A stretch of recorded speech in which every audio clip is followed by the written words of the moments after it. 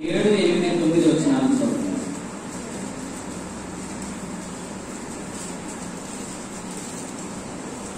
ఆయన మిమ్మల్ని గూర్చి చింతిస్తున్నాడు గనుక మీ చింత యావత్తు ఆయన మీద వేయుడి. 8వ వచనం చదువుతాను. నిబ్బరమైన బుద్ధి గలవారై మెలుగుగా ఉండి మీ విరోధి అయిన అపవాది గర్జించు సింహము వలె ఎవరిని మెలుగుతున్నా అని వెదకుచూ తిరుగుతున్నాడు. 9వ వచనం అందరూ చదువుతాం. లోకమందున్న మీ సహోదరులను విధమైన శ్రమలే నెరవేర్చున్నవని ఎరిగి విశ్వాసమందు స్థిరులై వారిని ఎదిరించుడి. 10వ వచనం చదువుతున్నాను. తన నిత్య మహిమ క్రీస్తునందు మిమ్మల్ని పిలిచిన సర్వ కృపానే దేవుడు కొంచెం కాలం మీరు శ్రమ పడ్డ పిమ్మట తానే మిమ్మల్ని పూర్ణులుగా చేసి స్థిరపరిచి బలపరచు. పరిశుద్ధుడైన తండ్రి, వాక్యం నేర్పించమని యేసు ప్రభువును మాకు చూపించమని మా జీవమైన క్రీస్తును నేర్చుకోవడానికి చూడండి. మా రక్షకుడైన యేసు ప్రభు నామం పేరిట స్తోత్రించి ప్రార్థించి వేడుకుంటున్నాం మా పరమ తండ్రి. ప్రభునందు ప్రియులారా, 3 విషయాలు మనం ధ్యానం చేస్తున్నాం.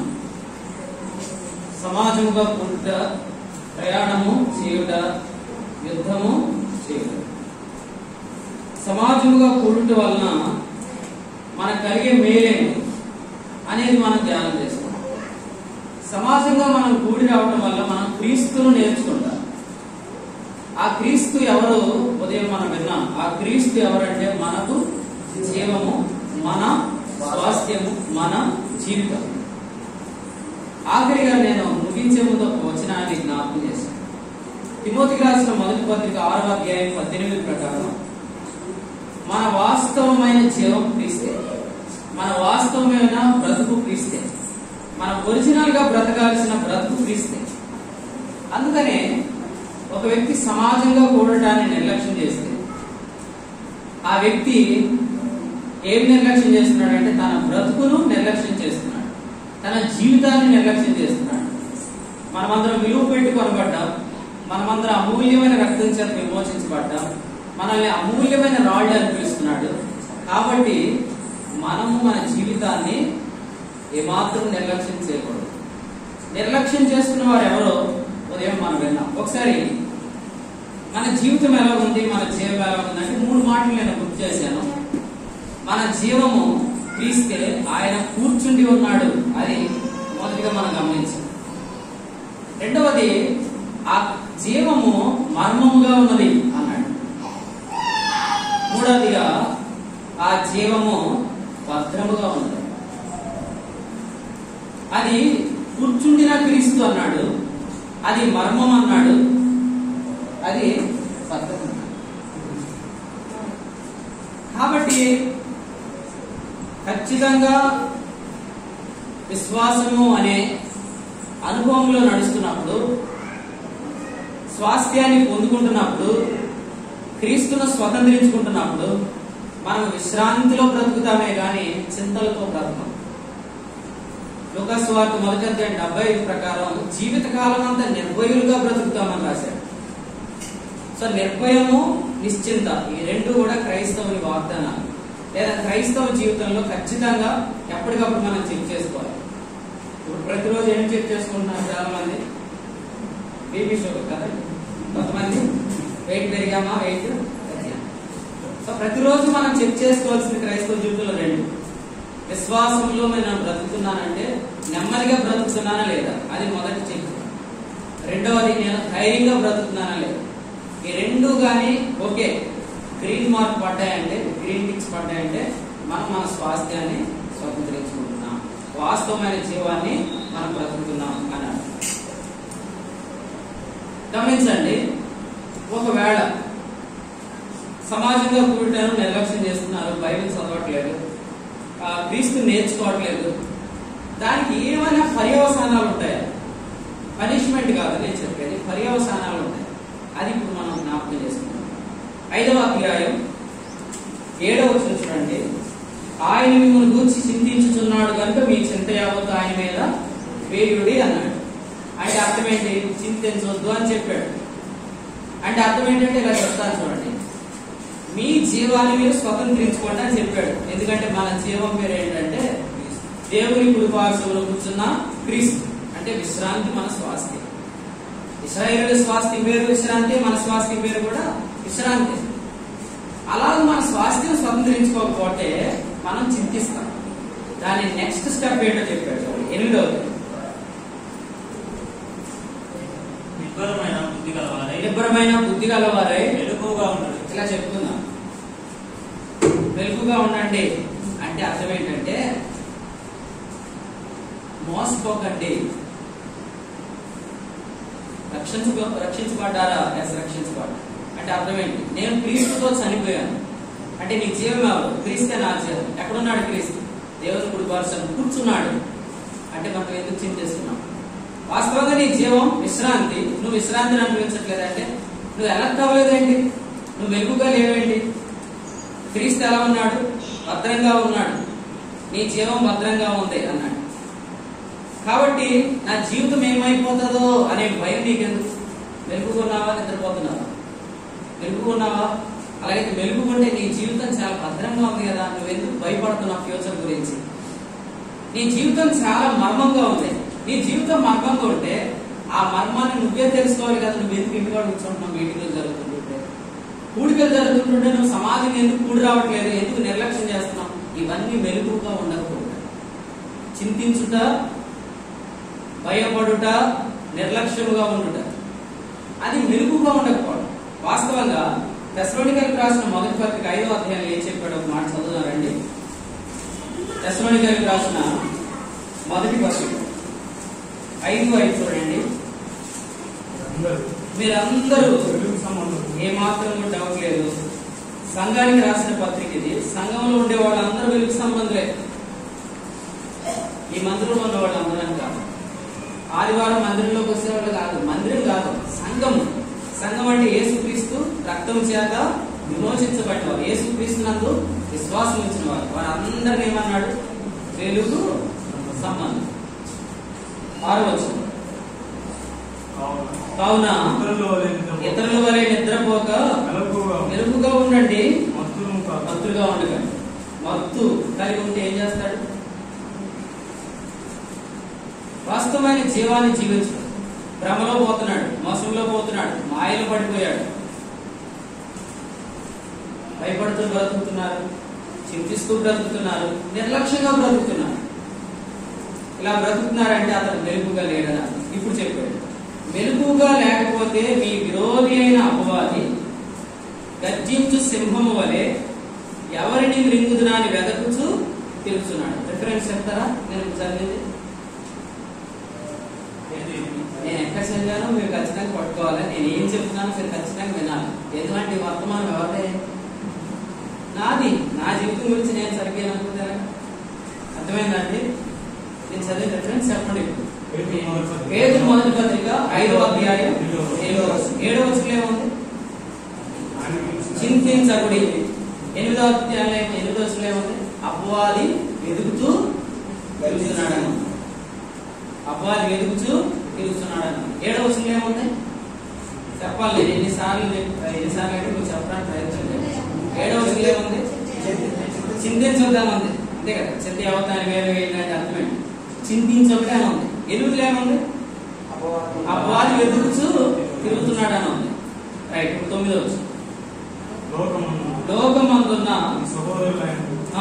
ఈ విధమైన శ్రమలే నెరవేరుస్తున్నాము. శ్రమల 9వ వచనం ఏముంది? శ్రమలు. ఇటువేనండి అన్నా, నేను మీటింగ్ మానుకొని క్రీస్తు నేర్చుకోకపోతే, నా స్వాస్థ్యంగా స్వతంత్రించుకోకపోతే నా లైఫ్ ఎలా ఉంటుందో చెప్పన్నా అని అడిగాడు ఒక ఆయన. ఎప్పుడు? ఇప్పుడే నేను అడిగాను అనుకోండి. ఇప్పుడు నేను చెప్తున్నానండి. 7వ వచనం, 8వ వచనం, 9వ వచనం. 7వ వచనంలో ఉన్నది నీ వాస్తవమైన జీవాన్ని స్వతంత్రించుకో అన్నాడు. 7వ వచనం అది దేని గురించి చింతించొద్దంటే అది నీ వాస్తవమైన జీవం. ఒకవేళ నీ వాస్తవమైన జీవం, నీ స్వాస్థ్యము, నీ జీవితము, నీ జీవము క్రీస్తును స్వతంత్రించుకోకపోతే అప్పుడు అపవాదికి నువ్వు స్థలం ఇస్తావు. అపవాదికి స్థలం ఇస్తే అపవాది ఏం చేస్తాడు? శ్రమలకు కారణమవుతాడు. 4. ఇప్పుడు దాకా ఎవరెవరు ఇన్వాల్వ్ అయ్యారు? చింతించొద్దా అన్నాడు దేవుడు. చింతించాము, అపవాదికి అవకాశం ఇచ్చాము, అపవాది వచ్చాడు. తర్వాత ఆటోమేటిక్ అపవాదం వస్తే ఏమొస్తాయి?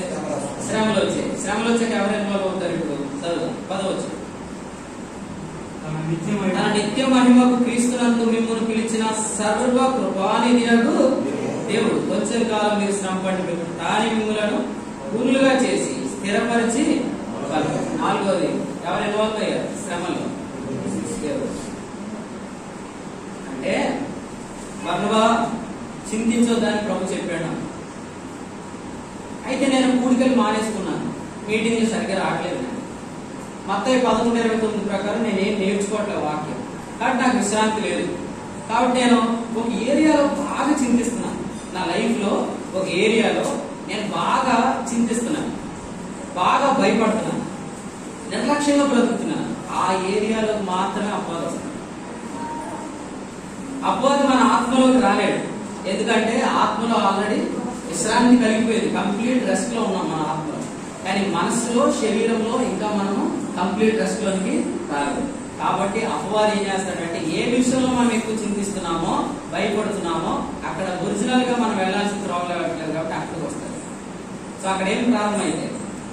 శ్రమలు ప్రారంభమైంది. శ్రమలు ప్రారంభం అయిన తర్వాత హెబ్రీ పత్రిక 12వ అధ్యాయం ప్రారంభం అవుతుంది. హెబ్రీ పత్రిక 12వ అధ్యాయం ప్రకారం దేవుడు ఇప్పుడు ఇన్వాల్వ్ అవుతాడు. చూద్దాం రండి. హెబ్రీ పత్రిక 12వ అధ్యాయం 5వ వచనం చూడండి. నా కుమారుడా ప్రభువు చే శిక్షను తృణీకరించకము, ఆయన నిన్ను గద్దించినప్పుడు విసుగకము. 8 చదవండి. 8 కొంచెం ముందు చదువుతాడు. తండ్రి శిక్షింపని కుమారుడెవడు? తండ్రి శిక్షించేటప్పుడు ఎలా శిక్షిస్తాడు? 6వ వచనం. ప్రభు తాను ప్రేమించు వారిని శిక్షించి తాను స్వీకరించిన ప్రతి కుమారుని దండించి. వినండి, 4 మాటలు చెప్పారు, జాగ్రత్తగానండి. వాస్తవంగా మనం చింతించకూడదు. చింతిస్తున్నామంటే ప్రభుని నేర్చుకోవట్లేదని, అంతకంటే ఏం లేదు. చింతిస్తున్నామంటే ప్రభుని మనం నేర్చుకోవట్లేదు. ఎందుకు? సమాజంగా కూడి రావట్లే, వచ్చినా ఏదో ఆలోచిస్తాం కదా, కూర్చొని వాక్యం గ్యారెంటీ ఉంది. ఏమో దుష్టుడు అలా చేస్తాడు కొన్నిసార్లు. సో మనకు విశ్రాంతి అనేది ఉండదు, చింతలు అనేవి ఉంటాయి. దాని ద్వారా అపవాదికి అక్కడ స్థలం ఉంటుంది. స్థలం దొరికితే అక్కడ ఏమొస్తాయి? శ్రమలు వస్తాయి. ఈ శ్రమలను దేవుడు తర్ఫీదుగా వాడతాడు. అది హెబ్రీ పత్రిక పని. సో రోమపత్రిక 8:1లో శిక్షా విధి అనేది ఉంది. దానిని ఇంగ్లీష్ లో కండెమ్నేషన్ అంటారు. ఇక్కడ తండ్రి శిక్షింపని కుమారుడు ఎవడు? దీన్ని చాస్టనింగ్ అంటారు. మీరు ఇంగ్లీష్ బైబిల్ చదివితే గ్రీకులో శిక్షా విధి అనే పదానికి, హెబ్రీ పత్రిక 12లో శిక్ష చేయుట అనే పదానికి తేడా ఉంది. శిక్ష అంటే పనిష్మెంట్. మన పనిష్మెంట్ అంతా ఎక్కడ పడింది? రోమ 8:4 ఆయన శరీరం అందు పాపమునకు శిక్ష విధించబడింది. హెబ్రీ పత్రిక 12వ అధ్యాయంలో శిక్ష చేయుట అంటే గ్రీక్ లో పైడియా అంటారు. పైడియా అంటే తర్ఫీదు అని. శిక్షించుట అంటే పనిష్మెంట్, కండెమ్నేషన్. 12వ అధ్యాయంలో శిక్ష చేయుట అంటే చాస్టనింగ్ అంటే పైడియా. అంటే దేవుడు మనల్ని ఇక్కడ తర్ఫీదు చేస్తాడు. శ్రమలు వస్తాయి, ఖచ్చితంగా శ్రమలు వస్తాయి. ఎక్కడ మనము ప్రభుని నేర్చుకోవట్లేదో, విశ్వాసాన్ని అప్లై చేయట్లేదో అక్కడ మనము నిశ్చింతగా ఉండలేము, నిర్భయంగా ఉండలేము, ఖచ్చితంగా నిర్లక్ష్యంగా ఉంటాం. దానివల్ల శ్రమలు వస్తాయి. ఈ శ్రమలు వచ్చేది ఎలా అంటే అపవాదికి అవకాశం ఇచ్చాం కాబట్టి శ్రమలు వస్తాయి. ఈ శ్రమల్లో దేవుణ్ణి నిందించకూడదు. ఈ శ్రమలు ఏ వ్యక్తుల ద్వారా మనకు వస్తాయో ఆ వ్యక్తులతో మనం పోరాటం చేయకూడదు. జస్ట్ ఆ శ్రమలో దేవుడికి అప్పగించుకోవాలి, కనిపెట్టాలి కొంతకాలం. అప్పుడు దేవుడు ఏం చేస్తాడంటే కొంచెము కాలము పిమ్మట ఆయనే మిమ్మల్ని స్థిరపరిచి బలపరుస్తాడు. ఇప్పుడు నెక్స్ట్ టైం ఏం జరిగిందంటే ఏ విషయంలో చింతించి అపవాదికి అవకాశం ఇచ్చి శ్రమలు వచ్చాయో ఆ విషయంలో మనం ఇప్పుడు స్థిరమైపోతాం. యోహాను సువార్త 15వ అధ్యాయంలో నిజమైన ద్రాక్షవల్లిని నేనే, అది మీరు చదవండి. నేను చాలా కాలం క్రితం యెహెజ్కేలు గ్రంథాల గురించి ప్రతి సోమవారం రాత్రి యోహాను సువార్తలో యేసుక్రీస్తు అనే అంశం మీద చోట మీటింగ్ జరిగింది. 66 గ్రంథాలు ఉన్న క్రీస్తు గురించి చెప్తూ యెహెజ్కేలు గ్రంథం గురించి చెప్తున్నాం. ఆ టైంలో యోహాను సువార్త 15వ అధ్యాయాన్ని చదువుతున్నాను. నేను అంతకుముందు ఒక ఆయన వాక్యం చెప్తే కూడా విన్నాను, కానీ నాకు దాన్ని అంగీకరించడానికి అప్పుడు నాకు సరైన అవగాహన రాలేదు. అందులో ఒక మాట ఉంటుంది, నాలో ఫలింపని ప్రతి తీగను ఆయన తీసి. ఆ మాట నన్ను చాలా కాలం మా నాన్నగారిని అడిగారు. బైబిల్ స్టడీలో మా నాన్నగారు చెప్పారు.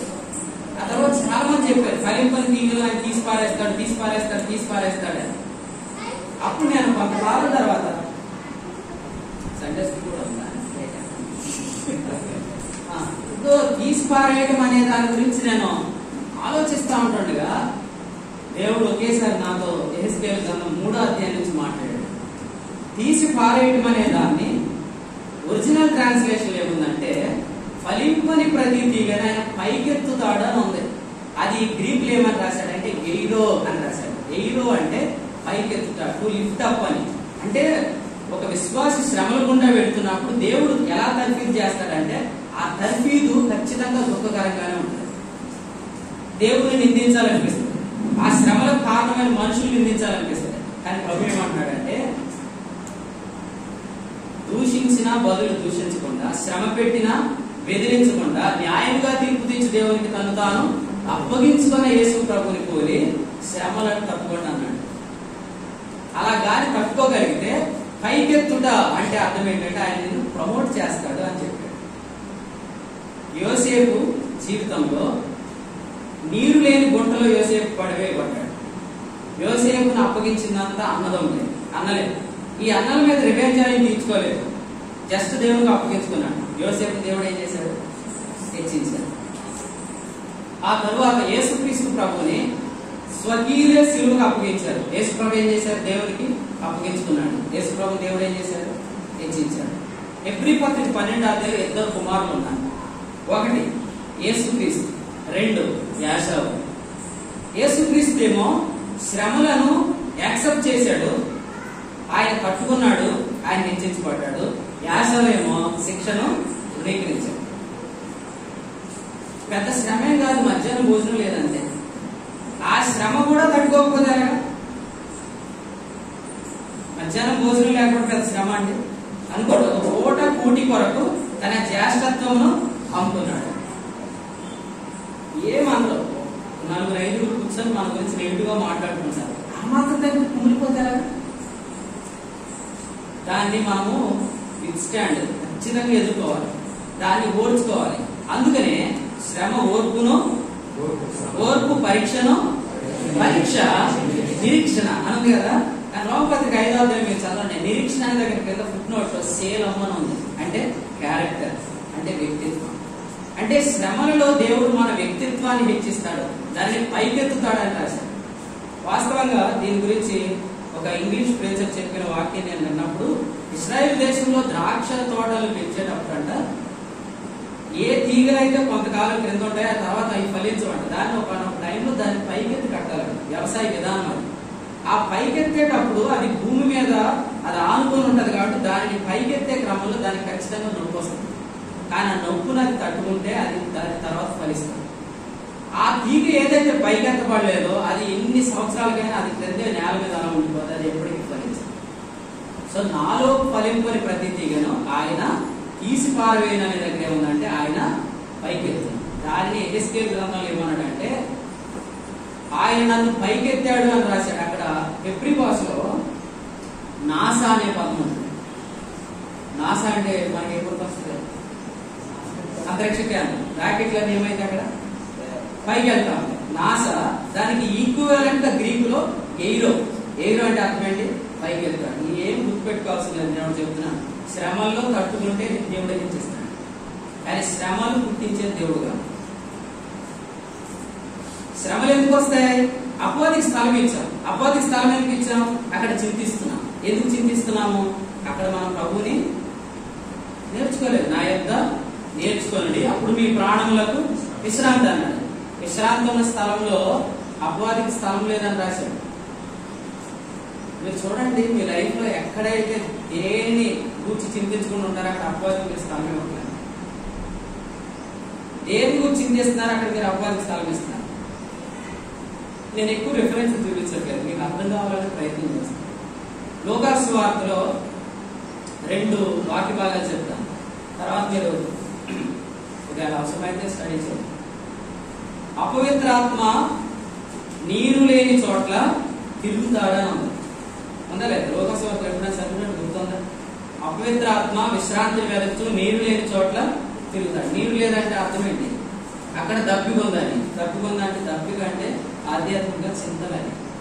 సో ఎక్కడ చింతలు ఉన్నాయో అక్కడ వాడు వెతుకుతాడు, స్థలం వెతుక్కుంటాడు. ఒకరోజు యేసుప్రభు శిష్యులు అడిగారు, అయ్యా పస్కాని ఎక్కడ సిద్ధపరచాలి? యేసుప్రభు ఏమన్నారు? నీళ్ల కుండ మోసుకొని వాడు ఏ ఇంట్లోకి వెళ్తున్నాడో ఆ ఇంట్లో సిద్ధపరచాలి. కాబట్టి నీరు ఎక్కడ ఉంటుంది అక్కడ అపవాదికి స్థలం లేదు. అంటే మనం ఎక్కడైతే విశ్రాంతిని అనిపిస్తామో, నిశ్చింతగా ఉంటామో, నిర్భయంగా ఉంటామో, నిర్లక్ష్యంగా ఉండమో అక్కడ అపవాదికి మన స్థలమే ఉంటుంది.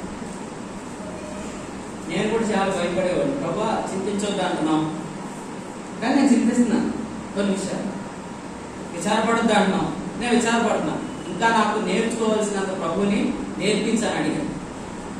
అలా నేర్చుకునే క్రమంలో ఏదో ఒక విషయంలో మనం ఖచ్చితంగా చింతిస్తాము, అపవాదికి అవకాశం ఇస్తాము, శ్రమలు వస్తాయి. కానీ దేవుడికి స్తోత్రం, శ్రమలు వచ్చినప్పుడు దేవుడు విడిచిపెట్టాడు. అక్కడ మనము ఇంకా పటిష్టంగా తయారవుతాం. దేవుడు ఆ శ్రమలను పరిఫీల్గా వాడతాడు. అదే హెబ్రీ పత్రిక 12వ అధ్యాయం. ఒకసారి హెబ్రీ పత్రిక 12వ అధ్యాయం ఒకసారి చదువుకొని మనం ముందుకు వెళ్తాం. హెబ్రీయులకు రాసిన పత్రిక 12వ అధ్యాయం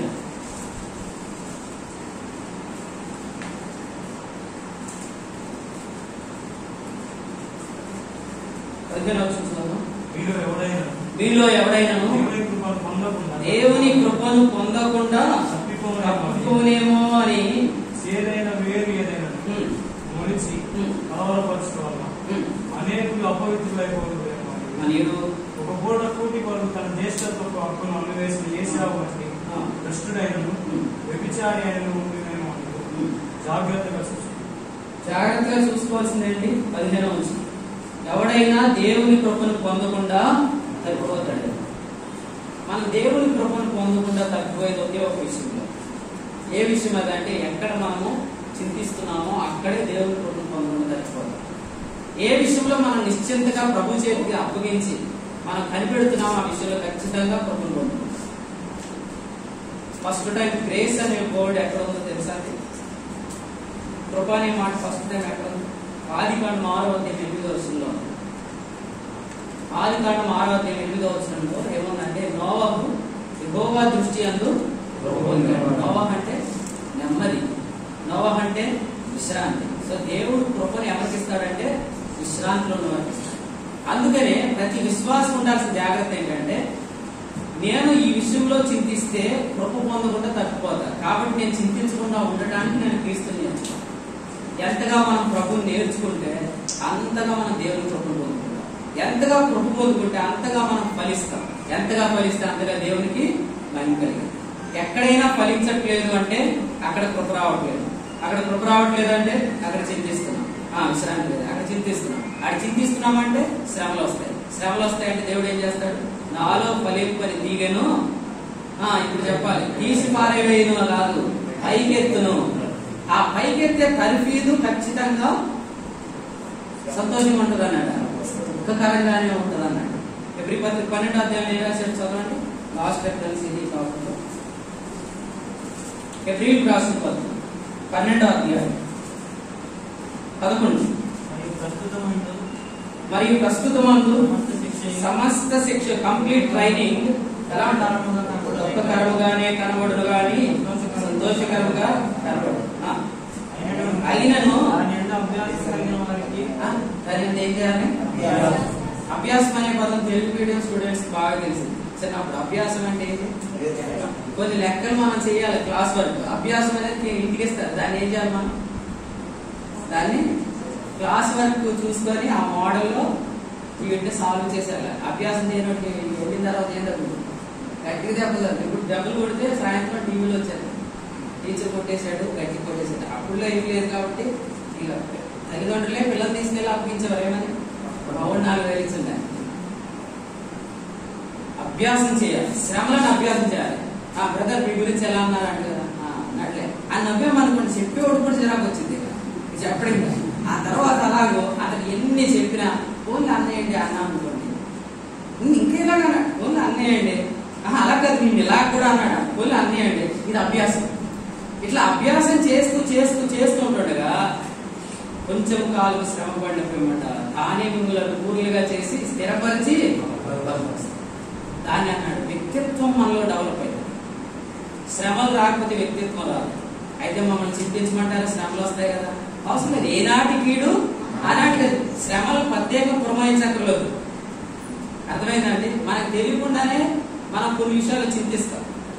నార్మల్గా బ్రతుకుతున్నాం, ఈ బ్రతుకులో ప్రభు నేర్చుకుంటున్నాం, ప్రభు నేర్చుకున్న విషయాల్లో విశ్రాంతి కలిగి ఉంటాం, కొన్ని విషయాలు చింతిస్తాం. చింతిస్తే శ్రమలు వస్తాయి. ఆ శ్రమను దేవుడు తర్ఫీదుగా వాడతాడు. ఆ తర్ఫీదుగా దేవుడు మనం స్థిరపరిచి వాళ్ళు. ఇందులో దేవుడు ఎక్కడ విడిచిపెట్టాడు? ఇందులో ఎక్కడ దేవుడు మనం విడిచిపెట్టాడు? శ్రమలో తోడే ఉన్నాడు, మనం చింత లేకుండా బ్రతికే విషయంలో కూడా తోడే ఉన్నాడు. ఎప్పుడైనా దేవుడు తోడే ఉంటాడు. కానీ ఇందులో ఒక వ్యక్తి ఉన్నాడు. ఆ వ్యక్తి ఎవరంటే శ్రమల్లో ఓర్చుకోలేని వాడు. శ్రమల్లో దేవుని యొక్క శిక్షను ఖచ్చితంగా యాక్సెప్ట్ చేయలేని వాడు. నేను ఇలా చెప్తాను, కొంతమంది కొట్టే కొద్దీ మొండిగా మాట్లాడతారు కదండి. స్కూల్లో మనం చూస్తాము, వాడిని కొట్టాలని తలకి పట్టుకొని అటు వచ్చుతారు. వాడు ఎలా తలకి వెనక్కి పెట్టి ఎలా నుంచుంటాడు నెట్టాలి అంటే అర్థమైంది వాడి శిక్షను అనుమతించట్లేదు. అప్పుడు అన్నాడు, తండ్రి శిక్షింపని కుమారుడు ఎవడు? నిన్ను ప్రేమించేవాడు ఖచ్చితంగా శిక్షిస్తాడు. ప్రేమించేవాడు ఖచ్చితంగా నిన్ను శిక్షిస్తాడు. నువ్వు కృపను పొందుకోకుండా తప్పిపోతే, నువ్వు ఫలించకుండా ఉంటే ఎవరికి అవమానం? దేవునికి అవమానం కదా. మీరు బహుగా ఫలించిన ఎట్లా నా తండ్రి మహింపరచబడతాడను. ఆయనకు అవమానం కలగకుండా ఆయన ఘనతను కలిగించడానికి మనల్ని ఎదుర్కొన్నాడు. కానీ మనము కృపను పొందకుండా ఎక్కడెక్కడ తప్పిపోతాం అక్కడంతా తరిఫీ వస్తుంది. ఇంకొక మాట ఇలా చెప్తారు, శిక్షను ఈ అధ్యాయంలో కంపన అని చెప్పాడు. కంపన మీకు ఎలా చెప్పాడు? బియ్యంలోంచి రాళ్ళు వేస్తాం కదా ఇంట్లో. కొన్నిసార్లు ఇసుక కూడా జల్లిస్తూ ఉంటారు. ఇసుకని ఎందుకు జల్లిస్తారంటే కొన్నిసార్లు మంచి ఇసుక కావాలంటే ప్లాస్టిక్ చేయాలన్నా వాటికి జల్లిస్తారు. కొన్నింట్లో జల్లించేది ఎందుకంటే రెండు పదార్థాలను వేరు చేయడానికి. అది ఆ మాట కోసం రెండు పదార్థాలను వేరు చేయడానికి. మనం చింతించేదేమో విశ్వాసం అనే అనుభవానికి సంబంధించింది కాదు. మనం దేని గురించి చింతిస్తున్నాం అది ఆధ్యాత్మిక సంబంధమైనది, దైవ సంబంధమైనది కాదు. మనం నిశ్చింతకున్నదేమో దైవ సంబంధమైనది. ఇప్పుడు ఈ రెండింటిని వేరు చేయాలంటే ఏం చేయాలి? వాటిని జల్లించాలి. ఆ జల్లించడాన్ని ఏమనంటే కంపింప చెబుతా అన్నాడు. ఈ కంపింప చేసినప్పుడు ఏమైంది? పునాది ఉన్నదేమో నిలబడింది, పునాది లేనిది బయటకు వచ్చేస్తుంది. ఈ షేకింగ్ ఎప్పుడైతే వచ్చిందో పునాది ఉన్నది ఉంటది, పునాది లేనిది పక్కకు వచ్చేది. పునాది లేని దాన్ని ఏం చేస్తాడు? ఇప్పుడు దాన్ని కాల్చివేస్తాడు. ఎబ్రీ పత్రిక 12వ అధ్యాయం ఆఖరి వచ్చిన చదవండి. అందువలన ఆ కృప కలిగి లాస్ట్ లైన్ వచ్చి మన దేవుడు దహించు. మీరు అదే నేను ఇందాక ముందు చెప్పాను, మీకు గుర్తుండలేదు. ఏదైనా ఒక రెఫరెన్స్ ని మనం స్టడీ చేసేటప్పుడు ఖచ్చితంగా ఆ భాగాన్ని, సందర్భాన్ని స్టడీ చేయాలి. మన దేవుడు దహించి అగ్ని ఉన్నాడు అనేది ఎవరు చెప్తారు చెప్పండి? ఒక ఆయన చెప్తాం ఎంట్లేదనుకుంది. హలో, దేవుడు ప్రేమే కాదు, దేవుడు దహించే అగ్ని అంటామా? ఏనండి, దేవుడు ప్రేమే కాదు, దేవుడు దహించే అగ్ని అంటాన్ని వాడుకోవడానికి రాయలేదు ఫ్రెండ్స్. ఎబ్రీ పత్రిక 12వ అధ్యాయంలో 2 కుమారుడు ఉన్నారు. ఒక కుమారుడు శిక్షను అనుమతిస్తున్నాడు, ఒక కుమారుడు శిక్షను అనుమతించట్లేదు. శిక్షను అనుమతిస్తే ఏం జరిగింది? ఏది దైవ సంబంధమైందో అది పునాది ఉంది కాబట్టి నిలబడింది. ఏది దైవ సంబంధమైంది కాదు అదేమైంది? కదిలిపోతుంది. కదిలిపోయింది సపరేట్ అవుతుంది. ఇప్పుడు కదిలిపోయింది సపరేట్ అయిన తర్వాత దాన్ని ఏం చేస్తారు? అది కాల్చివేస్తారు. చదవండి 27వ వచనం చూడండి. ఇంకొకసారి ఆ మాట చలింప చేయబడింది. తమ్ముడు చాలా తేడా కదా. చలింప చేయబడనివి నిలకడగా ఉండు నిమిత్తం అవి సృష్టింపబడినట్టు చలింప చేయబడినవి కొద్దిగా తీసివేయబడి అవి తీసివేయాలి. ఈ రెండు ఇది ఎలా జరిగింది? ఏది చలిస్తుంది, ఏది చలించదో కొంచెం కాసేపు ఓపిక ఉండండి, నేను చెప్తాను. ఈ రెండింటికి అర్థం ఎలా తెలిసింది? 26వ వచనం. నేను ఇంకొకసారి భూమిని మాత్రమే కాక ఆకాశం కూడా కంపింపజేస్తుంది. ఈ రెండు ఏది కదిలిపోతుంది, దేనికి పునాది లేదు అది కదిలిపోతుంది, ఏది పునాది ఉందో అది నిలబడి.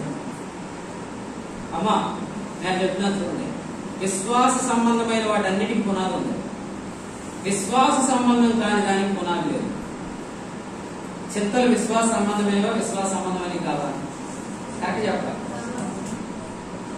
మీ పిల్లలు పెంచే విషయంలో కంప్లీట్ గా మీకు విశ్వాసంతో మీరు రోజు ప్రార్థన చేస్తారు, వాడు ఏమైపోతాడు అనే చింత మీకు ఉండదు. కాబట్టి చింతలు అనేవి విశ్వాస సంబంధమైనవి కాదు, అంటే వాడికి ఏం లేదు పునాది లేదు. అవన్నీ ఏమైతే కంపంలో ఈ షేకింగ్ లో అవి కదిలిపోతాయి. అందుకని అన్నాడు చలింప చేయబడినవి తీసివేయబడాలంటే, చలింప చేయబడనివి నిలకడగా ఉండాలంటే ఖచ్చితంగా షేక్ అవసరం. కాబట్టి నాకు శిక్ష వద్దన్నా, నాకు శిక్ష వద్దు అని అనొద్దు. నువ్వు కుమారుడు కాబట్టి ఖచ్చితంగా దేవుడి నీ జీవితంలో కొన్నిసార్లు వాటిని అనుభవిస్తాడు. ఒక గొప్ప దైవజనుడు ఒక మాట చెప్పాడు, ప్రశాంతంగా ఉండే పరిస్థితుల్లోనే దేవుడు లేడు. నీ జీవితంలో ఎక్కడెక్కడైతే ఇప్పుడు అలలు ఉన్నాయో, శ్రమలు ఉన్నాయో, చీకటి ఉందో, ఎక్కడైతే నువ్వు ఇబ్బంది పడుతున్నావో, ఇరుకులు పడ్డావో, ఇబ్బంది పడిపోతున్నావో అక్కడ కూడా దేవుడు ఉన్నాడు. ఇక్కడ ఎందుకు దేవుడు ఉన్నాడంటే ఇక్కడ దాని ద్వారా నీకు ఆయన స్థిరపరిచి బలపరుస్తాడు. సమాజంలో పుట్టు మానకూడదు, మానుకుంటున్నారు కొంతమంది. దాని తర్వాత బ్రదర్ మీరు మానుకుంటే మీకు శ్రమలు వస్తాయని చెప్పాను అనుకోండి, అదిగో మాస్టర్ గారు చెప్పించేస్తాడా, నేను మానేస్తే శ్రమలు వస్తాయంటాడా అని అనకూడదు. మనం ప్రభువుని నేర్చుకోకపోతే విశ్రాంతి రాదు, విశ్రాంతి లేకపోతే చింతిస్తాం, చింతిస్తే అపవాదికి అవకాశం ఇస్తాం, అపవాది వల్ల శ్రమలు వస్తాయి. కానీ శ్రమలో దేవుడు ఏం చేస్తాడు, విడిచిపెట్టాడు. ఆ శ్రమలను తర్ఫీదుగా వాడతాడు. ఒక బిడ్డను తీసుకుని ఇద్దరు తల్లిలు వచ్చారు, అది నాది కాకుండా పోవాలి, దాన్ని కాకుండా పోవాలి అందరూ ఆమె. కానీ ఇంకో తల్లి ఏమనింది, ఆ బిడ్డ ఎక్కడున్నా క్షేమంగా ఉండాలి. మనం ఇక్కడ ఈ వచనాలు మీరు చదివితే తండ్రి నువ్వు ప్రభుత్వ పోలేడు ఫలించడానికి వదిలేయండి, ఆయన చేస్తాడు ఫలించడా అని అనట్లేదు. ఖచ్చితంగా ఆయన శిక్ష చేస్తాడు. దాన్ని ఏమన్నాడంటే తండ్రి శిక్షింపకపోతే మనం దుర్బీజులమే గాని కుమారులము కాదు, మనం కుమారులం. బైబిల్ మీరు చదివితే ఆది కాండం నుంచి చదువుకుంటా వస్తే కొన్ని విషయాలు మనకు అర్థమవుతాయి. నేను ఒక విషయం చెప్తున్నాను, ఇశ్రాయేలీయులకు రెండు కొండలు అనుభవం ఉంది. ఉదాహరణకు ఒక చోట గెరీజీవు కొండ, యాబాలు కొండ అని రెండు కొండలు ఉంటాయి. ఈ కొండల మీద ఒక కొండ మీద ఏమో వ్యభిచార సంతానాన్ని నిలబెట్టాడు, ఒక కొండ మీద ఏమో సరైన కుమారులను నిలబెట్టాడు.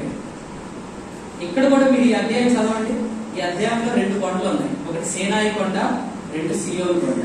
సేనాయి కొండ ఏమో కదిలిపోతున్న కొండ, సియోను కొండ ఏమో 125వ కీర్తన, యెహోవా యందు నమ్మికించు వారు ఎన్నడూను కదలక నిత్యము నిలుచు సియోను కూడా షేక్ అవుతుంది. సో ఎక్కడెక్కడైతే మనం నిశ్చయంగా ఉన్నామో, నిర్భయంగా ఉన్నామో, నిర్లక్ష్యం లేకుండా ఉన్నామో అక్కడ ఖచ్చితంగా సియోను కొండలాగా ఉన్నాం. మిగిలిన చోట్ల సేనాయి కొండలాగా ఉన్నాం. సేనాయి కొండ కదులుతుంది, కానీ తర్వాత దేవుడు ఏం చేస్తాడంటే ఈ కల్పి పర్వతాన్ని బొత్తిగా కాల్చివేస్తాడు. కానీ ఎవరికి ఇది జరిగింది, ఎవరు అనుమతిస్తే? 8th క్లాస్ లో ఎగ్జామ్స్ ఉన్నాయి, అటెండ్ అయితే పాస్ అయితే ఎక్కడికి వెళ్తాడు? ఎగ్జామ్ మానేస్తే ఏమవుతాడు? No exam no promotion, no exam no promotion. అభ్యాసం చేస్తేనే హెచ్చింపు అన్నా, నేను అభ్యాసం చేయకపోతే ఏం జరిగింది? దేవుడిని నా విషయంలో హెచ్చరించలేడు. ఇప్పుడు మీరు ఏం చేయాలంటే ఈ ఉదయకాలం నుంచి నేను చెప్పిన సందేశం నిజమా కాదని మీరు సమాజంగా వస్తున్న కూడికల ద్వారా ప్రభుని నేర్చుకోవడం ద్వారా ప్రాక్టికల్ ట్రై చేసి చూడండి. ఆల్రెడీ కొంతమందికి అర్థమవుతాయి, ఇంకా ఎవరికైనా అర్థం కాకపోతే నేను సమాజంగా కూడికలు మానుకున్నాను, ప్రభువుని అంతగా నేర్చుకోలేదు, కొన్ని విషయాలు నేను చింతిస్తున్నాను, నాకు తెలుసు, నేను శ్రమలు గుండా కూడా వెళ్తున్నాను, కానీ శ్రమలో నేను ఓర్చుకోవట్లేదు. పెద్ద మాటకి మాట ఇచ్చేస్తున్నారు, ఎవరైనా ఏదైనా బాధ పెడితే బెదిరించేస్తున్నారు. సిలువలో వేసుకుని ఒక పళ్ళు అరచేసాడు అనుకోండి, అది కూడా రాజుగా పరిశుద్ధాత్మ పళ్ళు కూడా అరచేయలేదు, అదే రాశాడు. ప్రభునందు ప్రియులారా, శిక్షను అనుమతించాలి. తండ్రి ఖచ్చితంగా కొన్ని విషయాలు మనం శిక్షిస్తున్నాడు, ఎందుకంటే మరి ముందే హెచ్చరించాడు. నేర్చుకోండి నేర్చుకోండి నేర్చుకోండి. నేర్చుకోకపోవడం ద్వారా వచ్చిన కాన్సిక్వెన్స్, కండెమ్నేషన్ కాదు, కాన్సిక్వెన్స్, పర్యవసానం ఏంటంటే మనము శ్రమలు కూడా వస్తాం. కానీ అక్కడైనా ప్రభు మనం స్థిరపరిచి బలపరుస్తాం. ఇది ఎవరి గురించి చెప్పానంటే ఎంతవరకు? నా గురించి. ఓకే, ఏం చెప్పానని అడిగాను. మంచి అలర్ట్గా ఉన్నారు. సమాజంగా కూట మానుకుంటే వచ్చే పర్యవసానాలు ఒక్కోటి చెప్పండి, మీకు అర్థమైంది, నాకు అర్థమైంది. సమాజంలో కూడుకుంటే ఫస్ట్ మనకి కలిగే నష్టం ఏంటి? కూడుకోకపోతే డైరెక్ట్ గా శ్రమ క్రీస్తు నేర్చుకోము. క్రీస్తు నేర్చుకోకపోతే ఏం కలగదు? విశ్రాంతి కలగదు. విశ్రాంతి కలగకపోతే ఏముంటాయి? శ్రమలు. ఎంత అంత అంత ఇంట్రెస్ట్ అయితే శ్రమ. చింతలు. చింతలు అంటే ఎవరికి ఆ స్థలము? అపోవాదికి స్థలం వస్తే, అపోవాది వస్తే ఏం చేస్తాడు? శ్రమలు వస్తే దేవుడు ఏం చేస్తాడు? తర్ఫీదు చేస్తాడు. తర్ఫీదు చేసి దేవుడు తర్వాత ఏం చేస్తాడు? శ్రమలను తృణీకరిస్తే ఏం చేస్తాడు దేవుడు? శిక్షను తృణీకరిస్తే దేవుడు ఏం చేస్తాడు? అయితే ఇప్పుడు నేను చెప్తాను. మరి దేన్ని కాలుస్తాడు అది కూడా చెప్పాను నేను, వినండి. దేవుడు ఇదేమో సియోను కొండ, ఇదేమో సీనాయి కొండ. ఇది కదిలిద్దా? సియోను కొండ. ఇది ఈ రెండు కలిసిపోయి ఉన్నాయి. ఈ రెండింటిని షేక్ ఇచ్చాడు. పునాదున్నది ఏమైతుంది? నిలబడి ఉంటుంది. ఇదేమైంది? పడిపోయి చూసారా? దీని అంతటి నేను దహించి అగ్నిలో పడేస్తాను. అగ్ని మేల కీడ. ఇక్కడ కరెక్ట్ చెప్పాలి. అగ్ని మేల కీడ. సియోను కొండ, సీనాయి కొండ. ఓకే, వినండి, పర్లేదు, నేను చెప్తాను. మీకు అర్థమవటం నాకు కావాలి. మనం దేనికి సంబంధించిన వాళ్ళు ఈ రెండింటిలో? అంటే సియోను కొండ అంటే ఏంటి? విశ్రాంతి, నిశ్చింత, నిర్భయం, నిర్లక్ష్యంగా ఉండకపోవడం. ఓకే, మన జీవితాల్లో మీటింగ్లు మానేసి అన్ని చేస్తున్నాం కాబట్టి ఇదేమైతుంది? కలిసింది. ఇప్పుడు ఈ రెండు ఉన్నాయి. ఇది కలిసి, ఇది ఎప్పుడైతే కలిసిందో, ఈ చెత్త అనేది ఎప్పుడైతే కలిసిందో, ఒకడు వస్తాడు, శనిగాడు. ఓకేనా? వాడు వచ్చాడంటే ఖచ్చితంగా ఏమొస్తాయి? శ్రమలు వస్తాయి. శ్రమలు ఎవరి వల్ల వచ్చాయి? ఇంకా ఎవరి వల్ల వచ్చాయి? అదే ఆ చింతించింది ఎవరు? మనము అపవాదికారులు. శ్రమలు. ఈ శ్రమలను దేవుడు ఏం చేస్తాడు? తర్ఫీదు అంటే ఏంటి? కంపించాడు. ఇప్పుడు కంపించినప్పుడు సియోన్ ఏమైంది? పునాది ఉంది, నిలబడింది. ఇదేమైంది? అనుమతించడం. నన్ను ఎందుకు కంపింపు చేస్తావు? నా జోలికి రావద్దు అన్నాడు దేవుడు. దేవుడే నేను ప్రేమిస్తాను రా, నువ్వు కృపను పొందుకోకుండా తప్పిపోయి నువ్వు ఫలించకపోతే నాకు అవమానం. నువ్వు నా బిడ్డ, నువ్వు ఖచ్చితంగా ఫలించాలి. వద్దు, నాకు ఎగ్జామ్ వద్దు, నాకు ప్రమోషన్ వద్దు. నాకు ఎగ్జామ్ వద్దు, నాకు ప్రమోషన్ వద్దు అన్నాడు. అందుకని వాడు అలాగే ఉంటాడు. ఎగ్జామ్ నా అనుమతించినాడు, ఏమవుతాడు? సపరేట్ అయింది. సపరేట్ అయిన దాన్ని దీన్ని తీసుకెళ్ళి ఏం చేశాడు? కాల్చాడండి. మరి పునరుద్ధానం ఉందా దీనికి? అగ్ని మేల కీడు. ఎక్కడ చెప్పండి కరెక్ట్? కీడ మేలండి. మన జీవితంలో ఏది విశ్వాస సంబంధమైనది కాదో అది కాల్చబడాలి. అది కాల్చడానికే తర్ఫీదు. కానీ తర్ఫీదు ఖచ్చితంగా దుఃఖకరంగానే ఉంటుంది. కానీ యాక్సెప్ట్ చేయండి. చిన్నగా ట్రై చేయండి. ప్రార్థన చేయండి. ప్రభువా, నన్ను అతడు ఎలాగంటున్నాడు, ఈమె ఎలాగంటుంది, అతడు ఎలాగంటున్నాడు. ప్రభు అంటున్నాడు, ఇది ఎగ్జామ్. ఖచ్చితంగా దీన్ని నువ్వు అటెండ్ అవ్వాలి. ఓర్చుకోవాలంటే ఎలాగ ప్రభు? యాకోబు పత్రిక 1:5 మీలో ఎవరికైనాను జ్ఞానము కొదువుగా ఎడల అతడు దేవుని. ఈ వచ్చిన ఎప్పుడు చదువుతాం మన సాధారణంగా? ఎగ్జామ్స్కి వెళ్ళేటప్పుడు. నిజంగా ఆ ఎగ్జామ్స్ మన లైఫ్ ఎగ్జాంపుల్. పైన చదవండి. మీరు ఏ పొదువా లేని వారా ఎడుతున్నట్టు కొనసాగింపనీయుడు. ఓర్పు కావాలంటే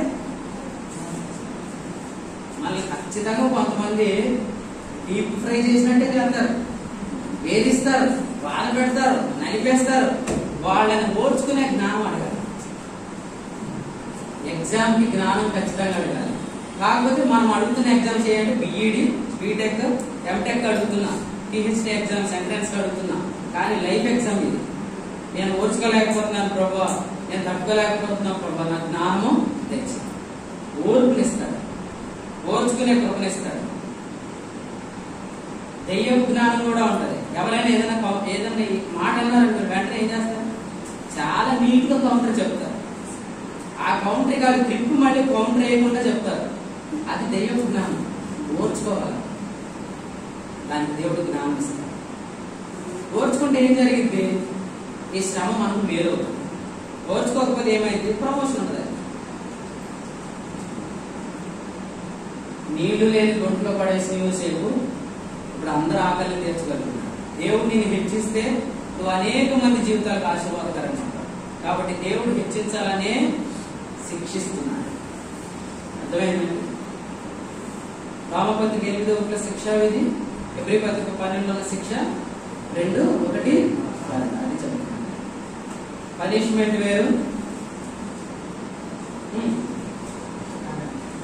ప్రమోషన్ కోసం దేవుడిచ్చే ట్రైనింగ్ వేరు. కాబట్టి ఈ మాటలు గుర్తించండి. యోహాను సువార్త 13వ మాట జ్ఞాపకం చేయండి. ఇంట్రడక్షన్ ప్రశ్న స్టార్ట్ అయ్యింది. మీకు అర్థమైంది అంతే చాలు. యోహాను సువార్త 13. మీలో ఎవరికైనాను ఓర్పు కొద్దిగా ఉంటే, జ్ఞానం కొద్దిగా ఉంటే అతడు ఎవరిని అడగాలి. యోహాను సువార్త 13వ అధ్యాయం 6వ వచనం చదవండి. చదవండి. ఎట్లు చేయుచు ఆయన సీమోను పేరు నాకు వచ్చిన అతడు ప్రభువా నీవు నా పాదములు కడుగుదువా. రెండవ సంగతి దగ్గరికి వస్తున్నాం. మొదటి సంగతి ఏంటి? సమాజంగా కూడుకొనుంటారు. రెండవ సంగతి చెప్పాడు కదా, 3 మాటలు. సమాజంగా కూడుకొనుంటారు, యుద్ధం చేయటం. రెండోది ఏంటి? మన సమాజంగా కూడి వచ్చినప్పుడు ఏం జరిగిందంటే ఆయన మనల్ని ప్రయాణానికి ప్రిపేర్ చేస్తాడు. ప్రయాణం దేంతో చేస్తాం? పాదాలతో చేస్తాం. సో ప్రభు మన పాదాలు కడుగుతాడు. పాదాలు కడగటం అంటే అర్థం ఏంటంటే యోహాను సువార్త 13వ అధ్యాయంలో మనం సత్యంలో నడుచుట కొరకు, మనం వెలుగులో నడుచుట కొరకు, మనం ప్రేమలో నడుచుట కొరకు ప్రభువు మనలను సిద్ధపరుస్తాడు. నేను జ్ఞాపకం చేస్తాను. మనమందరం కూడి వచ్చినప్పుడు క్రీస్తుని నేర్చుకుంటాం. ఆ నేర్చుకున్న క్రీస్తులో మనలను నడిపిస్తాడు. మన సత్యం నేర్చుకుంటాం, ఆ సత్యంలో నడిపిస్తాడు. మనం వెలుగును నేర్చుకుంటాం, ఆ వెలుగులో నడిపిస్తాడు. కాబట్టి నేను ఉదయం చెప్పాను, ఎవరు సమాజంగా కూడుకుంటారో వారే ప్రయాణం చేస్తారు. టైం లేదు కాబట్టి నేను అదంత వివరంగా చెప్పట్లేదు, జస్ట్ గుర్తు చేస్తాను. ఇశ్రాయేలీయులు ప్రయాణం చేస్తున్నప్పుడు, కూడుకుంటున్నప్పుడు, ఈ 2 సందర్భాల్లో వాళ్ళు చూడటానికి ఎలా ఉంటారో చెప్తారు. ఇశ్రాయేలీయులు అందరూ ఒక చోట గ్యాదర్ అయ్యారు అనుకోండి, వాళ్ళందరి మధ్యలో ఏముంటుంది చెప్పండి? మీకు వాక్యం తెలుసు, అందుకే నేను అడుగుతున్నాను. ఇశ్రాయేలీయులు అందరూ ఒక చోట గ్యాదర్ అయ్యారండి, వాళ్ళ మధ్యలో కరెక్ట్ గా మధ్యలో ఏముంటుంది? మందసం. ఓకే, ఇంకా కొంచెం విశాలంగా ఆలోచించేయండి. ప్రత్యక్షం గుడారం.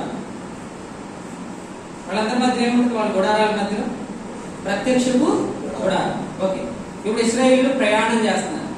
వాళ్ళందరూ సంఖ్యలు చొప్పున వాళ్ళందరూ చూడటానికి ఎలా ఉంటారంటే ఒక సిలువ ఆకారంలో ఉంటారు. ఏ ఆకారంలో ఉంటారు? వాళ్ళందరూ కూడుకున్నప్పుడు వాళ్ళ మధ్యలో ప్రత్యక్ష గుడారం కనిపిస్తుంది. వాళ్ళందరూ ప్రయాణం చేస్తున్నప్పుడు వాళ్ళందరూ ఏ ఆకారంలో ఉంటారు? సిలువ ఆకారంలో ఉంటారు. ఎందుకంటే ఇశ్రాయేలీయులను లెక్కించినప్పుడు దేవుడు వారిని అలా అరేంజ్ చేశాడు. తూర్పు దిక్కున, దక్షిణపు దిక్కున, పడమర దిక్కున, ఉత్తరపు దిక్కున సంఖ్యలు ఉంటాయి. ఆ సంఖ్యలు ఎగ్జాక్ట్లీ మీరు లెక్క పెడితే వాళ్ళు సిలువ ఆకారంలో ఉంటారు. తూర్పు దిక్కున యోధాపాళెం ఉంది, 1,87,000 మంది ఉంటారు. దక్షిణపు దిక్కున రూబేనుపాళెం ఉంది, వాళ్ళు 1,53,000 మంది ఉంటారు. పశ్చిమ దిక్కున ఎఫ్రాయిం పాళెం ఉంటుంది, వాళ్ళు 1,08,000 మంది ఉంటారు. మళ్ళీ ఉత్తరపు దిక్కున 1,53,000 మంది ఉంటారు. ఇది కరెక్ట్ గా మీరు చూస్తే వాళ్ళు ప్రయాణం చేసినప్పుడు ఒక సిలువ నడుచుకుంటూ వెళ్తున్నట్టు. సో మనం గ్యాదర్ అవుతున్నప్పుడు క్రీస్తు మన మధ్యలో ఉంటాడు. మన సమాజంలో కూడి వచ్చినప్పుడు క్రీస్తు మన మధ్యలో ఉంటాడు. మనం సత్యంలో నడుస్తున్నప్పుడు క్రీస్తు సిలువ వేయబడినట్లుగా లోకానికి ప్రదర్శించబడతాడు. కాబట్టి మనం ఎన్ని మీటింగ్లు పెట్టుకున్నాం అనేది లోకానికి సంబంధం ఉంటుంది, కానీ మనం ఎంత ప్రయాణం చేస్తున్నాం అనేదే లోకం మీద ఎఫెక్ట్ చూపిస్తుంది. మనం కూడి వచ్చినప్పుడు ఒక ప్రత్యక్ష గుడారం వల్లే క్రీస్తు మన మధ్యలో ఉంటాడు, కానీ మనం ప్రయాణం చేస్తున్నప్పుడు క్రీస్తు సిలువ వేయబడినట్టు లోకానికి కనబడతాడు. ఎలా చెప్తున్నాను చూడండి. యోహాను 1:14 చెప్పండి, చూడకుండా. ఆ వాక్యమే శరీరధారి కృపాసత్య సంపూర్ణుడుగా మన మధ్య, అంటే మన కూడి వచ్చినప్పుడు ఆయన మన మధ్య, మనం ప్రయాణం చేస్తున్నప్పుడు సిలువ వేయబడిన లోకానికి మనం చెప్పాల్సింది ఏంటి? సిలువ వర్తమానం, సువార్త వర్తమానం. సువార్త చెప్పడమే ప్రయాణం చేయడం. మన జీవితంలో ఏది మనం నేర్చుకుంటున్నామో అది ఖచ్చితంగా బ్రతకగలుగుతాం. మన బ్రతికే సువార్త. అమ్మ పొద్దు నుంచి కనపడతలేదు, ఎక్కడికి వెళ్ళామని అడుగుతారు మీ పక్కింటి వాడు, ఇంటికి వెళ్ళాను. మనం ఏమంటాం? మీటింగ్కి వెళ్ళామంటే అంటాం. మళ్ళీ రేపు కూడా మీటింగ్కి వచ్చాం, ఎల్లుండి కూడా మీటింగ్కి వచ్చాం. రేపు ఎల్లుండి మీటింగ్ లేవులేండి, గుడికి అన్నాను. ఇలా రోజు మీటింగ్కి వస్తాం అనుకోండి, వాళ్ళు రోజు మిమ్మల్ని అడుగుతున్నారు, మీరు మీటింగ్ మీటింగ్ మీటింగ్ మీటింగ్ అని చెప్తున్నారు. మీ మీటింగ్ వాళ్ళకి ఏమో అర్థం కాదు. అర్థమైందా? కానీ మీరు మీటింగ్కి వచ్చినప్పుడు అలా క్రీస్తు మీ మధ్య ఎలా ఉన్నాడు? ఒక ప్రత్యక్షపు గుడారంలాగా. మనం ఆయన చూస్తున్నాం, ఆయన నేర్చుకుంటున్నాం, ఆయన చూస్తున్నాం, ఆయన నేర్చుకుంటున్నాం. ఎంత నేర్చుకుంటే అంత పరిధిలో ఆయనలో నడుస్తాం. ఎంత నేర్చుకుంటే అందులో నడుస్తాం. మీరు నడిచేది వాళ్ళు అడగకుండానే తెలుసుకుంటారు. ఆ పక్క మిమ్మల్ని చాలా మాట్లాడుతుందిగా, ఎందుకు ఊరుకుంటున్నారు అని అడిగారు అనుకోండి, అప్పుడేమన్నా అన్నీ అమ్మా అంటారు. ఆ తర్వాత మనం బైబిల్ పట్టుకుని అంటే చూస్తారు. వీళ్ళు అక్కడ నేర్చుకునేది ఇదే. ఏది? వీళ్ళు ఓర్చుకుంటున్నారు, వీళ్ళు తట్టుకుంటున్నారు. ఆమె ఎన్ని మాట్లాడినా క్షమిస్తుంది, అతడు ఎంత మాట్లాడినా ప్రేమిస్తున్నాడు. సో వాళ్ళకి ఏం అర్థమైంది? సిలువ వేయబడిన క్రీస్తు అర్థం. మాకు మీటింగ్ ఉంది, మేము ఆఫీస్కి రా అంటే ఓనర్ గారు ఏమనుకుంటాడు? నువ్వు మీటింగ్ మొదలు పెట్టుకుని మానేస్తున్నావు అనుకుంటాడు, తిప్పుకుంటాడు. కానీ వాస్తవంగా మనం మీటింగ్కి అటెండ్ అయ్యేది ఎందుకు? లోకాన్ని ఇబ్బంది పెట్టడానికి కాదు. మనం ఎంతగా మీటింగ్కి అటెండ్ అయితే అంతగా లోకాన్ని అగ్నిగుండం నుంచి రక్షించి, మన ఫైనల్ ఎజెండా అయితే తుళ్ళూరులో మీటింగ్లు పెట్టుకున్నా, జగన్నాథపురంలో మీటింగ్లు పెట్టుకున్నా, కనీసం మన బంధువుల మధ్యలోనే సిలువ వేయబడిన క్రీస్తును ప్రదర్శించాలి. దీన్ని ప్రదర్శన అన్నాడు. 3 ప్రదర్శన అంటే చూపించుట కదండి. ఇక్కడికి వచ్చి మనం క్రీస్తుని చూస్తున్నాం. ఎంతగా క్రీస్తుని చూస్తున్నాం, బయటకు వెళ్ళి క్రీస్తుని అంతగా చూపించగలుగుతాం.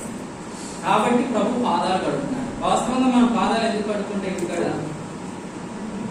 మీరు ఎందుకు కడుక్కుంటారు చెప్పండి? ఎవరో కాళ్ళు కడుక్కోరా? ఇంటికి కడుక్కుంటారు లేదా? ఎందుకు కడుక్కుంటారు? ఊరికే ఇది కాలుకి కాబట్టి కడుక్కుంటారు. అసలు విషయం మీరు చెప్పలేదు అండి. కాళ్ళు కడుక్కుంటే గానీ ఇంట్లోకి వెళ్ళకూడదని ఏదో ఉంటుంది, కాబట్టి కడుక్కుంటారు. ఈ 2 కాదు యోహాను సువార్త 13వ అధ్యాయం. 13వ అధ్యాయం యోహాను సువార్త 34 చూడండి. 13:34. కాబట్టి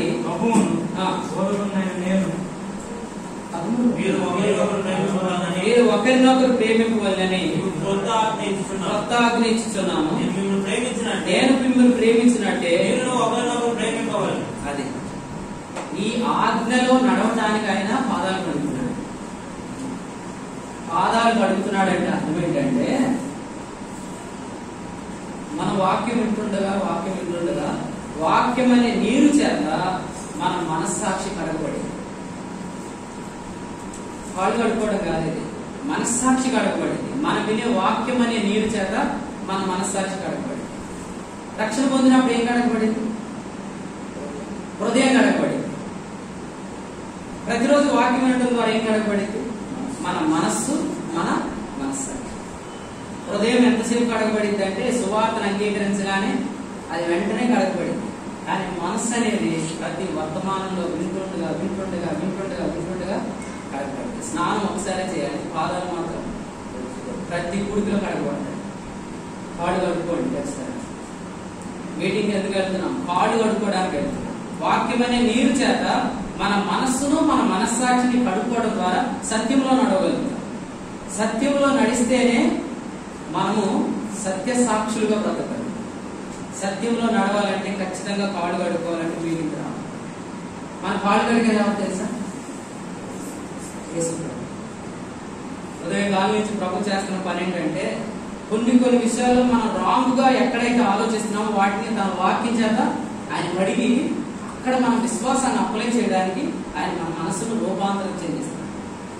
ఆత్మలో మార్పు వెంటనే జరిగింది, ప్రభు రాగానే దేవుల్లో మార్పు వెంటనే జరిగింది. కానీ మనసులో మార్పు దినదినం జరుగుతాను. ఎంతగా మన మనసు మారితే అంతగా మన బ్రతుకు మారింది. మనసును మార్చగలిగేవాడు, బ్రతుకును మార్చగలిగేవాడు సమాజ కూడికలో ఉన్నాడు. ఎక్కడున్నాడు? మధ్యలో ఉన్నాడు. అందుకనే నేనైనా మీరైనా అందరం ఒక వ్యక్తి కోసం కూర్చున్నాం. ఆయన ఎవరంటే మన జీవమైన క్రీస్తు. ఆయన నేర్చుకుంటున్నాం. ఎంత నేర్చుకుంటే అంతగా ఆయనలో నడవగలుగుతాం. 3 వచనాలు చూపించాను, ముగిస్తాను చూడండి. యోహాను రాసిన 2వ పత్రిక 5వ వచనం.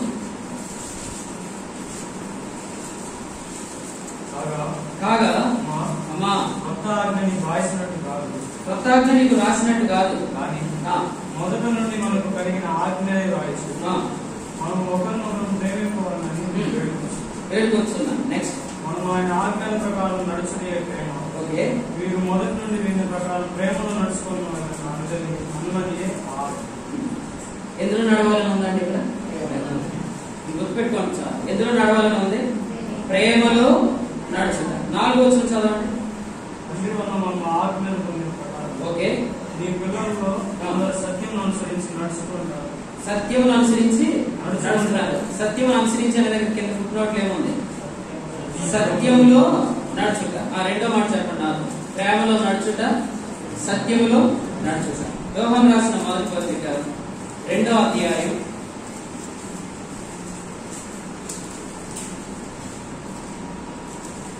8వ వచనం చదవండి.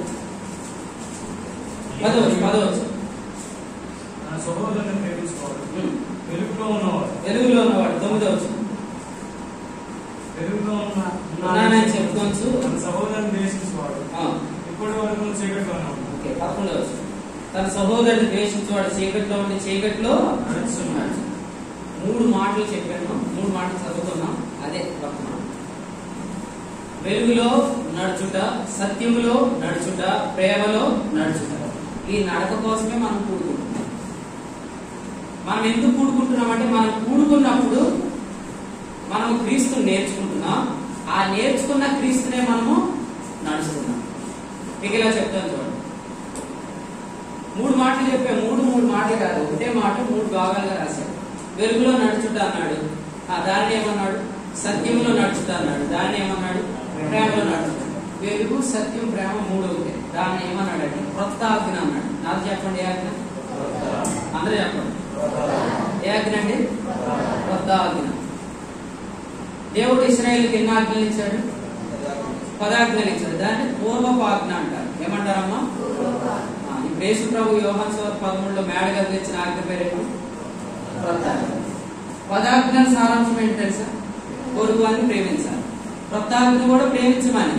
కానీ ఇక్కడే ఉందంటే నేను మిమ్మును ప్రేమించిన ప్రకారం మీరు ప్రేమించాలి. అంటే 10 ఆజ్ఞలు మనం నేర్చుకోవాల్సిన అవసరం లేదు. 10 ఆజ్ఞలు బట్టి పడితే చాలు.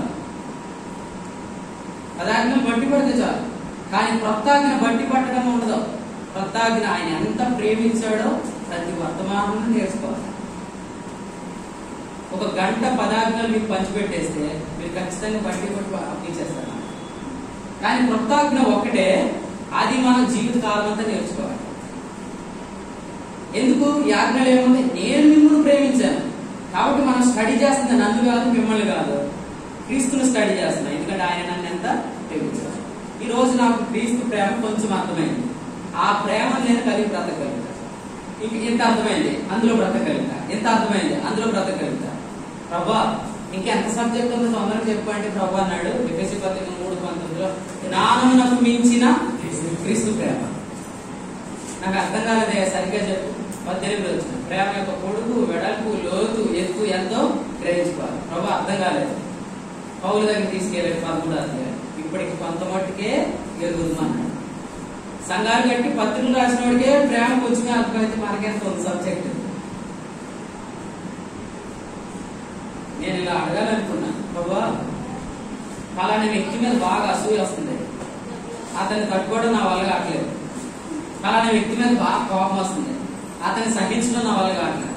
నా జీవితంలో చాలా భయం కలుగుతుంది, ఎదుర్కోవడం నా వల్ల కావట్లేదు. నాకు ప్రేమ నేర్పించు అని అడిగితే ప్రభు ప్రేమ నేర్పిస్తాడు.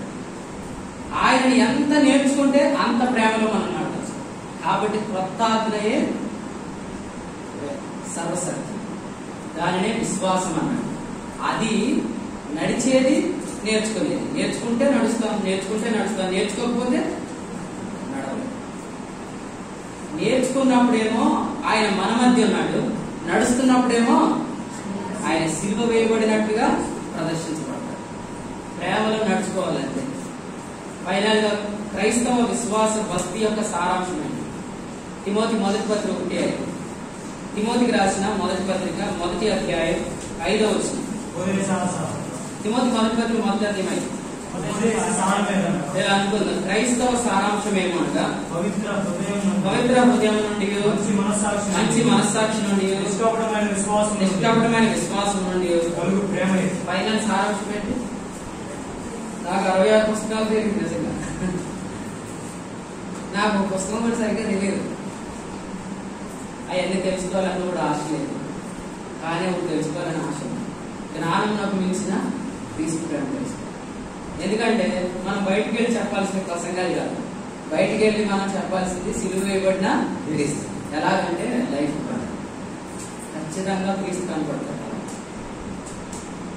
మన మధ్య ఉన్న క్రీస్తు నిర్లక్ష్యం చేయకపోతే సిలువ వేయబడిన క్రీస్తును ఖచ్చితంగా మనం చూపించగలుగుతాం. మన మధ్య ఉన్న క్రీస్తు నిర్లక్ష్యం చేస్తే సిలువ వేయబడినట్లుగా క్రీస్తును మనం ప్రదర్శించలేం. ప్రేమ నేర్చుకుంటే ప్రేమిస్తాం, క్షమాపణ నేర్చుకుంటే క్షమిస్తాం, ఆయన ఎంత శ్రమ పడ్డాడో నేర్చుకుంటే శ్రమలు పడ్డాడు. ఈ 3 మాటలు చెప్పాడు బైబిల్. నేను మిమ్మల్ని ప్రేమించిన ప్రకారం ప్రేమించండి, క్రీస్తునందు దేవుడు క్షమించిన ప్రకారం క్షమించండి. ఫిలిప్పీ పత్రిక 3వ అధ్యాయం అన్నాడు, ఆయన ఎంత శ్రమ పడ్డాడో నేను ఎరిగి అందులో పాలుపడాలనుకుంటున్నాను. అన్న మీరు ఎలా ప్రయాసపడగలుగుతారు, ఎలా శ్రమ పడుతున్నారని ఎవరినైనా అడిగితే వాళ్ళు ఏం చెప్తారో తెలుసా? నా కొరకు క్రీస్తు ఎంత శ్రమ పడ్డాడో నేను ధ్యానం చేశాను, అందుకు నేను శ్రమ పడ్డాను. బైబిల్ గ్రంథంలో ఫెయిల్ అయిపోయిన సర్వెంట్ ఎవరు? విఫలమైన సేవకుడు ఎవరు తెలుసా? మార్కు. పౌలు బర్నబాతో సేవకి వెళ్ళాడు. ఆరంభంలో బాగానే ఉంది. ఇంకో చోటికి వెళ్ళేటప్పటికి ఈయన విడిచిపెట్టి వచ్చేసాడు. కానీ మళ్ళీ మార్కు గురించి పౌలు తిమోతి పత్రిక ఏం రాశాడు? పరిచారంలో అతడు నాకు ప్రయోజనకరమని రాశాడు. ఎందుకో తెలుసా అండి? మార్కు యేసుక్రీస్తు యొక్క సేవకత్వాన్ని రాశాడు. యేసు ప్రభు యొక్క సేవను స్టడీ చేశాడు. మనం కూడా అంతే. క్రీస్తు ఎంత ప్రేమించాడో స్టడీ చేయడానికి మీటింగ్ వస్తున్నాం, క్రీస్తు ఎంత క్షమించాడో తెలుసుకోవడానికి మీటింగ్ వస్తున్నాం, క్రీస్తు ఎంత శ్రమ పడ్డాడో తెలుసుకోవడానికి మీటింగ్ వస్తున్నాం. మనం వచ్చిన కొద్దీ ప్రేమిస్తాం, వచ్చిన కొద్దీ క్షమిస్తాం, వచ్చిన కొద్దీ మనం కూడా శ్రమ పడతాం. జీవితాన్ని సోమరితనంగా నిర్లక్ష్యంగా మనం ఉండలేము. రేపు చనిపోదాం కాబట్టి తిందము త్రాగుదాం అన్నట్టు మనం బ్రతకలేము. ప్రభువునందు మీ ప్రయాస వ్యర్థము కాదని ఎరిగి నేను వారందరికంటే ఎక్కువగా ప్రయాసపడినది నేను కాదు, నాకు తోడైనా దేవునితో పాటు. కాబట్టి ఈ వర్తమానం ద్వారా నేను ఫైనల్ గా జ్ఞాపకం చేస్తున్నాను, సమాజంగా ఎవరు ఎక్కువ కూడుకుంటారో వారు ఎక్కువగా ప్రయాణము చేస్తారు. ప్రయాణం చేయడం అంటే ఏంటి? సత్యములో నడుచుట, వెలుగులో నడుచుట, ప్రేమలో నడుచుట. ఇశ్రాయేలు నడుస్తున్నప్పుడు, ప్రయాణం చేస్తున్నప్పుడు ఎవరు కనపడతారు? సిలువ వేయబడిన క్రీస్తు. వాళ్ళు కూడుకుంటున్నప్పుడు ఎవరు కనపడతారు? ప్రత్యక్ష గుడారముగా క్రీస్తు. అంటే ప్రత్యక్ష గుడారాన్ని స్టడీ చేయడానికి జీవితం సరిపోదు. కానీ ఒకటి చెప్తున్నానండి, జీవితం సరిపోకపోయినా ఎంత నేర్చుకుంటే అంత ఎక్కువగా క్రీస్తుని మనము చూపించగలుగుతాం. ఇక్కడ మనం అందరం కూర్చున్నామంటే ఎవరు మరి? యేసుక్రీస్తే. కానీ మనం రక్షణ పొందడంలో ఒక వ్యక్తి పాత్ర ఖచ్చితంగా ఉంటుంది. ఆ వ్యక్తి ఎవరు? మీ జీవితంలో ఆ వ్యక్తి మీకు సువార్త చెప్పాడు కాబట్టే, సువార్తను బ్రతికాడు కాబట్టి ఈ రోజు మీరు నేను ఇక్కడ ఉన్నాను. ఖచ్చితంగా మన ద్వారా కూడా ఇంకా చాలా మంది ప్రభుత్వం నమ్ముకుంటారు. మనం చేయాల్సిన పని ఏం లేదు. సమాజంలో కూడుట మానకండి, విసుక్కోకండి, ఓపిక కూర్చోండి, వాక్యం చెప్తున్నప్పుడు రాసుకోండి. ఇంటికి వెళ్ళిన తర్వాత నోట్స్ ప్రిపేర్ చేసుకోండి, ప్రార్థన చేయండి. దేవా ఈ వాక్యం ఇంకా నేర్పించాను అడగండి. మీకు ఒక విషయం చెప్తున్నాను, వాక్యం నేర్చుకునే వాళ్ళకి వాక్యం చాలా మాధుర్యంగా ఉంటుంది. నేర్చుకునే కొద్ది ఇంకా నేర్చుకోవాలనిపిస్తుంది. పైన సంగతులు నేర్చుకునే వాళ్ళకి ఎలా ఉంటుందంటే వాక్యము ఏం అర్థం కాదు, అందరూ మాధుర్యం అర్థం కాదు. బట్ నా రిక్వెస్ట్ ఏంటంటే మీరందరూ కూడా వాక్యం బాగా నేర్చుకొని ఆ వాక్యంలో నడవాలి. అప్పుడే మీ ద్వారా అనేక మంది రక్షణ ప్రార్థించాలి. పరిశుద్ధుడైన తండ్రి మీకు స్తోత్రం చెల్లిస్తున్నాం. సమాజంగా కూడే యొక్క అవసరత, ప్రయాణం చేయడం యొక్క అవసరత మీరు మాకు చెప్పారు. మీకు క్రీస్తుని చూడడానికి, సమాజంగా కూడుకోవాలని, క్రీస్తుని చూపించడానికి ప్రయాణం చేయాలని, ప్రయాణం చేయడం కొరకై సమాజంగా కూడుకోవాలని మీరు మాతో మాట్లాడారు. చాలా మంది ఆత్మలను చేరుకోవాల్సిన ప్రయాణం, నపుంసకుని రథము వెనకాల పరిగెత్తిన పిలుపు ప్రయాణం, మేము చేయాల్సిన ప్రయాణం చాలా ఉంది ప్రభా. మా బంధువుల యొద్దకు ప్రయాణం చేయాలి, మా పొరుగు వారి యొద్దకు ప్రయాణం చేయాలి, నశించిపోతున్న ప్రతి ఆత్మ యొద్దకు మేము ప్రయాణం చేయాలి. సిలువ వేయబడిన క్రీస్తు మా జీవితంలో ప్రదర్శించబడాలి. ఇక్కడ ఉన్న వారు ఎంతమంది ప్రార్థనలు ఏకీపించి అప్పగించుకుంటున్నారు, వారి ప్రభా గొప్ప ప్రయాణం చేయాలని ప్రార్థన చేస్తాను. నేను కూడుకున్న కాలం ఎంత, నేను ప్రయాణం చేసిన కాలం ఎంత అని వారు చెప్పుకోదగిన ప్రయాణం చేయడానికి వచ్చాను. మీటింగ్స్ కి అటెండ్ అవడం ద్వారా మేము అనేక మందిని అగ్నిగుండం నుంచి రక్షించవచ్చని ఈ గొప్ప వర్తమానం మా ప్రియుల్లో ఎవ్వరూ మోసపోకుండా పొందుకోవడానికి వచ్చాను ప్రభా. మా జీవితంలో మేము ప్రయాణం చేయడం ద్వారా మాకు ఎదురయ్యే ప్రతి అపవాది తంత్రాన్ని ధైర్యంగా ఎలా ఎదిరిస్తామో తర్వాత మీరు మాకు నేర్పించమని మా రక్షకుడైన యేసు ప్రభు నామమున స్తోత్రించి ప్రార్థించి పెడుతున్నాం మా పరమ తండ్రి.